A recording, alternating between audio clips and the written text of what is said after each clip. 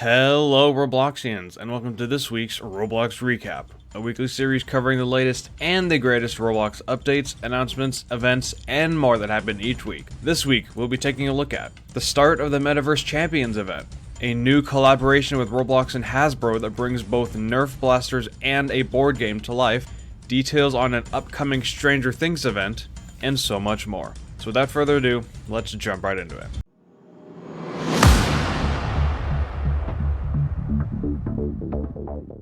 The first story for the week has to do with the start of the Metaverse Champions event. If you are unsure what the Metaverse Champions event is, I go over everything you need to know in my most recent video, so go ahead and check that out so you're up to date with the latest Roblox event.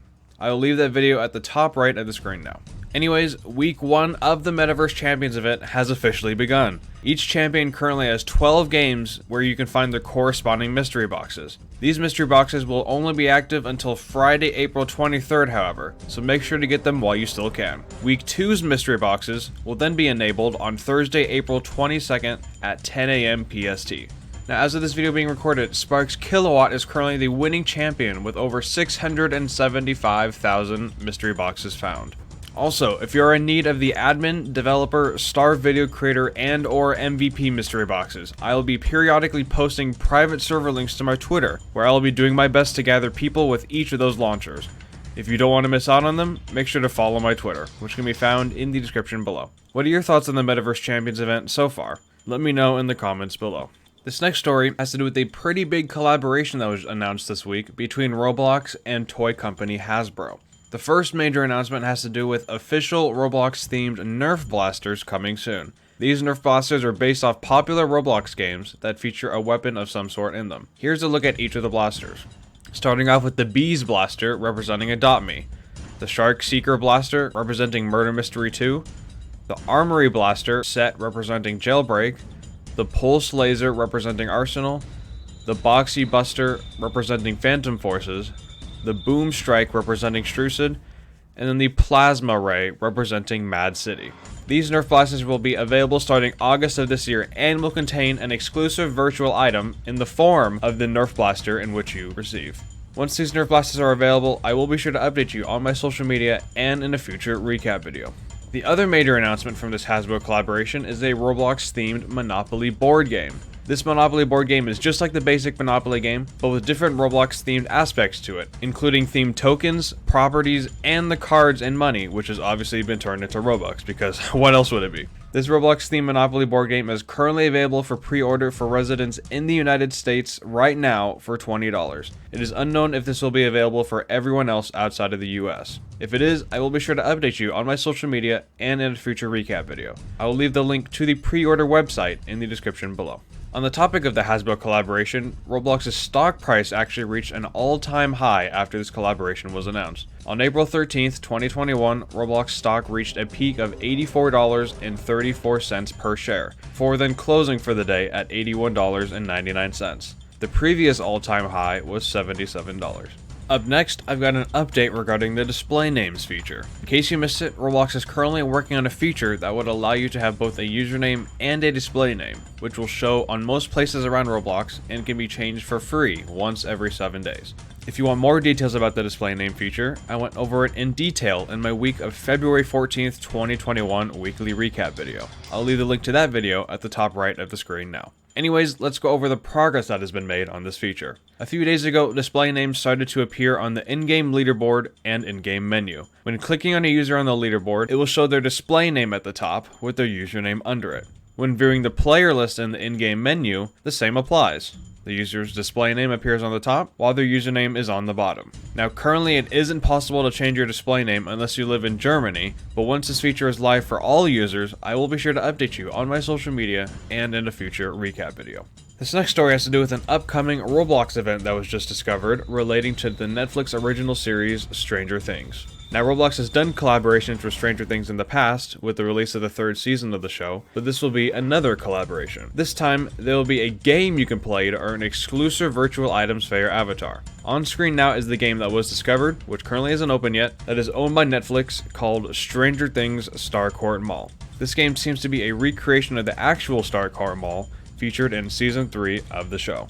If we take a look at the description, it states, Starcourt Mall is back and open for business on Roblox. Complete daily quests, ascend the daily leaderboard, and earn star coins to exchange for brand new Stranger Things themed avatar items across 4 unique games: Hawkins Lab Escape, Dueling Dice, High Score Slingshot, and Delivery Dash. Now, according to the badges, there's going to be around 40 unique Stranger Things themed items you'll be able to get with the star coins the description mentioned once this event is released. As of this video being made, a few of the items have actually been uploaded by the official Netflix account. Those can be seen on screen now. Once this event officially releases, I will be sure to update you on my social media and in a future recap video. Now, let's go over this week's development stories.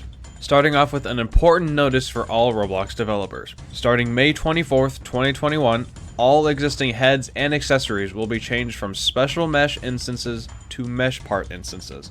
To ensure avatars work properly in your games going forward, it is recommended that you update any scripts or objects in your game that may interfere with this change. To manually enable MeshPart heads and accessories, you can do so via the Workspace Properties window. This change is in preparation for a few new features that MeshPart heads and accessories will be used for, including skin meshes, layered clothing, physically based rendering, facial animations, and more features to come down the line. If you'd like to learn more about this change, I will leave the link to the developer forum announcement in the description below. The next development story has to do with some quality of life updates that have been made to Roblox Studio. Let's go over what has been changed and improved. Starting off with in Team Create. After a mesh passes moderation, you no longer have to restart Studio to see it. This will be extended to other asset types soon. Team Create also now warns you if you try to save or publish over a place that has active collaborators. Previously, Studio would let you overwrite, causing issues. In the Explorer, recent searches now show up in the filter bar. When saving on Mac devices, using Command+S no longer defaults to the root directory, which is not accessible. You can now give play permissions to groups on your user-owned game. You can also give play permissions to users on group-owned games. A few updates to the terrain tool. 1. If you have a terrain region selected, pressing F will frame it. 2. Terrain tools also no longer interact with / are blocked by non-terrain items, for example, parts. And then 3. Terrain Edit Add now has an option to snap to the terrain, which is also known as plane lock. And then lastly, a change has been made to the quick open menu that enabled the use of what is known as fuzzy search, which enables quick search with inexact queries. This information was taken from the developer forum announcement, which I will leave in the description below. The next new development feature has to do with the default templates within Roblox Studio. As you know, when first creating a Roblox game, you were able to select a bunch of different pre-made game templates. A few weeks ago, I shared that the default baseplate template has received an overhaul. In case you missed that, be sure to catch my March 21st, 2021 weekly recap. Now, all of the other default templates have also received some quality of life improvements, including new lighting, skyboxes, and more. To check these out for yourself, just open Studio and open any of the templates. The next new development feature was one that was just released called the Surface Orientation Indicator. The Surface Orientation Indicator makes it quicker and easier to find the front of an object within Roblox Studio. This optional adornment will show both the front face and the up direction on a part. If you'd like to learn more about how to use this feature, I will leave the link to the developer forum announcement in the description below. The final development story has to do with some Lua Debugger features that have been taken out of beta and are now live for all developers. The first one being universal breakpoints. Universal breakpoints make using breakpoints more intuitive by applying them across all contexts by default. The other one being plugin debugging. Plugin debugging provides a convenient way to use the Lua debugger in Studio while creating plugins. If you'd like to learn more about each of these individual Lua debugger features, I'll leave the link to the developer forum announcement in the description below.